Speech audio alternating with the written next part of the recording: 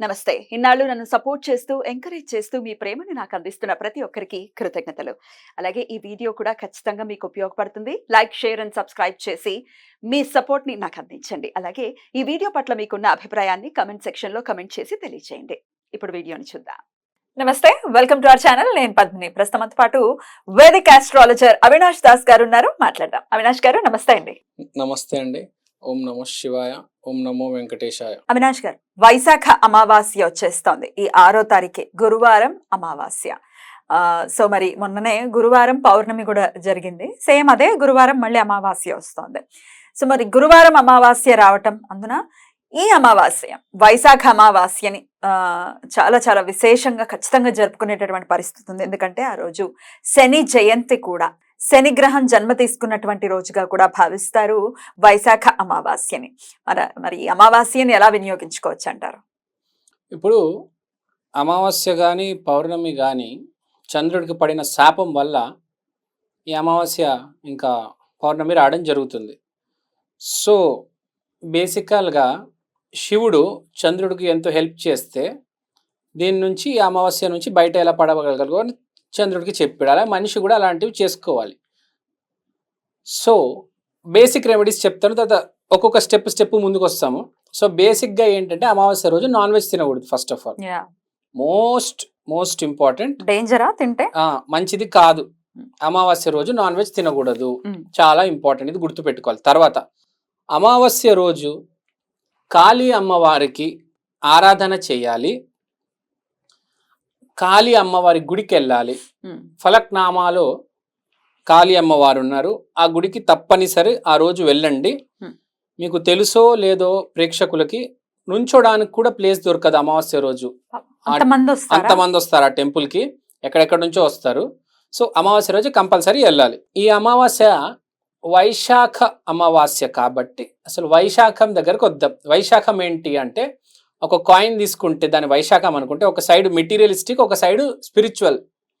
So extreme spiritual, extreme materialistic వీళ్ళు. So వీళ్ళు అంటే విశాఖ వాళ్ళు. సో ఆ రోజు ఎస్పెషల్లీ విశాఖ వాళ్ళు చాలా స్పిరిచువల్గా మెటీరియల్స్ డొనేట్ చేయాలి.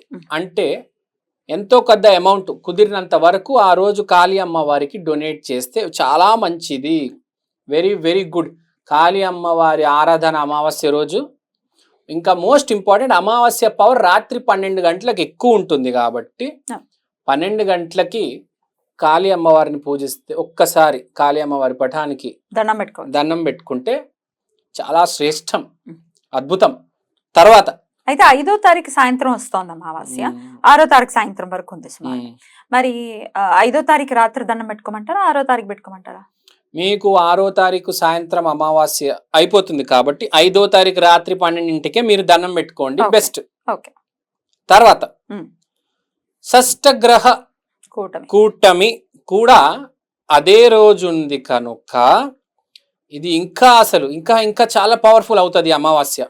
ఆ షష్టగ్రహాల్లో మళ్ళీ ఆకాశ దేవత అయిన యురానస్ కూడా ఇన్వాల్వ్ అయి ఉన్నారు కాబట్టి మనం ఆకాశ దేవత యురానస్ కూడా ఎంతో కొద్ది గ్రాటిట్యూడ్ చూపిస్తే చాలా మంచిది. యురానస్ అంటే చాలా మందికి అర్థం కాదు, స్కై గాడ్, ఆకాశ దేవత.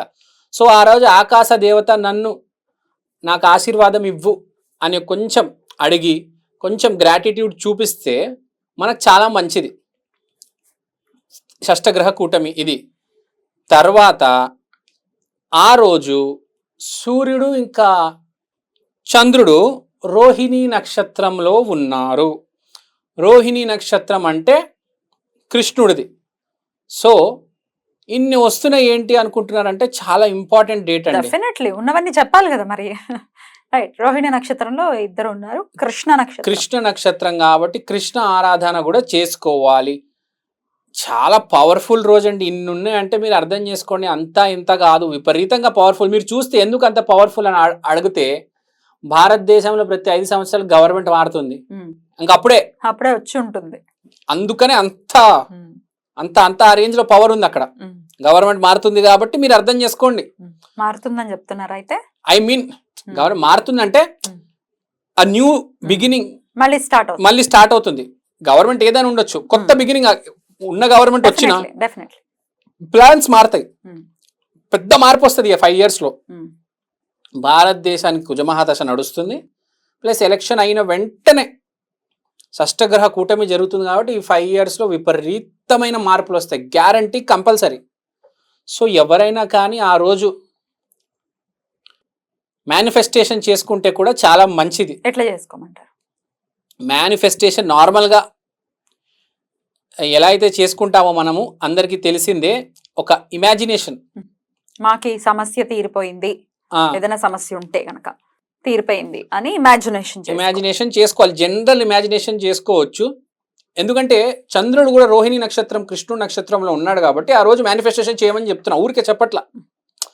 చంద్రుడు అంటే మేనిఫెస్టేషన్, ఆ చంద్రుడు ఉచ్చమై ఉన్నాడు ఆ రోజు కాబట్టి మేనిఫెస్టేషన్ చేస్తే కూడా చాలా మంది వచ్చి 5 years మీకు కొంచెం మీరు ఏం చేయాలనుకుంటున్నారో అది మీకు లైన్లో పడుతుంది. సో ఇంత ఇంపార్టెన్స్ ఉంది. ఇంకోటి మీరు చెప్పినట్టు శని జయంతి కూడా ఉంది కాబట్టి ఆ రోజు నువ్వుల దీపం పెట్టాలి. నువ్వుల దీపం అని అన్నారు కదా, డౌట్ రావచ్చు, నువ్వుల మీద దీపం పెట్టమంటారా లేకపోతే నువ్వుల నూనెతో దీపం పెట్టమంటారా? నువ్వుల నూనెతో దీపం పెట్టాలండి. మన మెయిన్ డోర్ దగ్గర పెట్టాలి. శని జయంతి కాబట్టి మీకు రాత్రిపూట దీపం పెడితే, రాత్రిపూట పెడతారు దీపము, అమావాస్య కాబట్టి. అమావాస్య. సో అయితే 6th ఈవినింగ్ పెట్టమంటారా, 6th నైట్ పెట్టమంటారా, 5th నైట్ పెట్టమంటారా? ఆబ్వియస్ గా శని జయంతి 6th కదా, 6th పెడితే బాగుంటుంది. 5th పెట్టండి, 6th పెట్టండి, తప్పు లేదు. 2 రోజులు పెట్టండి. ఏ టైంలో పెట్టమంటారు? ఈవినింగ్ పెట్టండి. ఈ దీపం అంటే ఇంకా ఈవినింగ్ పెడతాం మనము. 6 తర్వాత పెట్టుకోండి. చాలా అమావాస్య కూడా మీరే చెప్పారు నాకు, 5th రోజు 6 తర్వాత 5 తర్వాత మొదలవుతుంది కాబట్టి అప్పుడు పెట్టేయండి. నెక్స్ట్ రోజు 6 దాకా కంటిన్యూ చేయండి. కంటిన్యూస్ గా 24 hours దీపం పెట్టొచ్చు కదా. దాన్ని ఏదైనా డూమ్ లాంటిది పెడితే కూడా అది ఉంటుంది. సో అలా మొత్తం ఆ డే అంతా ఉండేలాగా చూసుకోండి. ఇప్పుడు ఈ రెమెడీస్ అన్ని చెప్పాను, చిన్న చిన్నవి కలిపితేనే పెద్దవి అవుతాయి. ఈ చిన్న చిన్న రెమెడీస్ అన్ని చేసుకోండి అని చెప్తాను. ఇంకా ప్లస్ అమావాస్య రోజు పుట్టిన వాళ్ళైతే కంపల్సరీ చేసుకోవాలి. ఇట్లాంటి రెమెడీస్ చాలా మంచిది, అద్భుతంగా ఉంటుంది. మెయిన్ గా విశాఖ నక్షత్ర వాళ్ళు కూడా చేసుకుంటే చాలా మంచిది. ప్లస్ రోహిణి నక్షత్రం వాళ్ళు కూడా చేసుకుంటే ఆ రోజు చాలా మంచిది. ప్లస్ ఆ రోజు పుట్టిన వాళ్ళు కొంతమంది ఉంటారు, వాళ్ళ కోసం కూడా ఈ రెమెడీ చేస్తే చాలా మంచిది. చాలా ఇంపార్టెంట్ రోజు. అండ్ పొలిటీషియన్స్ కూడా చాలా ఇంపార్టెంట్ ఆ రోజు. కరెక్ట్ ఎలక్షన్ తర్వాత 2 రోజులు ఇవి. సో పొలిటికల్ ఫీల్డ్ లో ఉన్న వాళ్ళు కూడా ఇది చేసుకుంటే చాలా మంచిది, అద్భుతంగా ఉంటుంది. So it is one of the most important events అని నేను చెప్తాను. ఖచ్చితంగా. అలాగే పితృదేవతలకు కూడా చెప్తూ ఉంటారు, అమావాస్య అంటే పితృదేవతల ఆరాధన కూడా మర్చిపోకుండా చేసుకోవాలి. Correct, you're absolutely correct. ఆ రోజు పితృదేవతల ఆరాధన కూడా చేసుకోవాలి. పితృదేవతలు అంటే రాహు. సో మనం రాహు డైరెక్షన్ ఏంటి? నైరుతి అంటే సౌత్ వెస్ట్. అక్కడ కూడా తో వస్తుంది కాబట్టి అందరూ వినియోగించుకోవాలి. రైట్ అండి, చాలా చక్కగా వివరించారు అవినాష్ గారు. Thank you so very much. Thank you అండి, థ్యాంక్ యూ సో మచ్.